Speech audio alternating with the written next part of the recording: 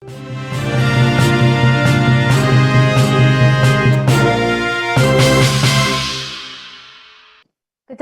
kembali terjadi di Jalan Lingkar, Kecamatan Teluk Nibung, Kota Tanjung Balai dan memakan 2 korban jiwa.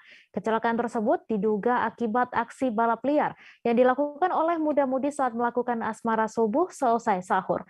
Pelaku balap liar dengan kecepatan tinggi menabrak seorang penonton yang hendak menyeberang merayakan kemenangan. Untuk info selengkapnya akan disampaikan langsung oleh rekan jurnalis Tribun Medan, Alif, yang kini sudah terhubung bersama kami. Silakan, Alif. Ya, terima kasih rekan Mei. Jelaskan bahwasanya kejadian tersebut terjadi pada Sabtu 16 April 2020 lalu, di mana kejadian tersebut terjadi sekitar pukul 4 subuh, seusai sahur.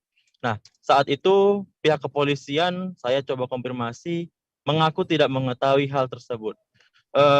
Menurut mereka, bahwasanya kejadian tersebut tidak ada laporan masuk ke Satlantas Polres Tanjung Balai. Namun untuk saat ini polisi tetap melakukan razia-razia rutin di sekitaran lokasi tersebut. Sebab sebelum kejadian tersebut sudah pernah terjadi kejadian sebelumnya, kecelakaan sebelumnya yang memakan 1 orang korban tewas gitu, Mei. Ya, baik. Terima kasih Alif atas laporan Anda dan Tribuners, wartawan kami juga telah menghimpun wawancara dengan Kasat Lantas Polres Tanjung Balai. Berikut tayangannya untuk Anda.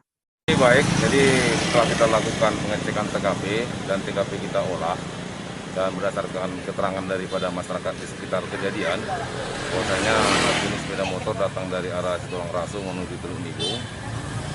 Pada saat yang bersamaan ada salah satu orang untuk menyeberang yang tidak melihat kendaraan yang datang dari arah sebelah kirinya sehingga terjadi tabrakan, ya, itu menabrak jalan kaki. Demikian. Ada nggak luka-luka, Komandan? Jadi untuk kedua belah pihak yang terlibat laka lantas belum kita ketahui karena sampai saat ini tidak ada laporan dari orang yang terlibat laka lantas ke Satlantas Polres Tanjung Balai.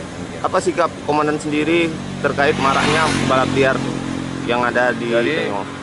Untuk kita, kegiatan sudah kita laksanakan, itu yang bersifat preemptif dan preventif, ya, mobilisasi maupun patroli, dan kita laksanakan penjagaan di lokasi-lokasi balap liar.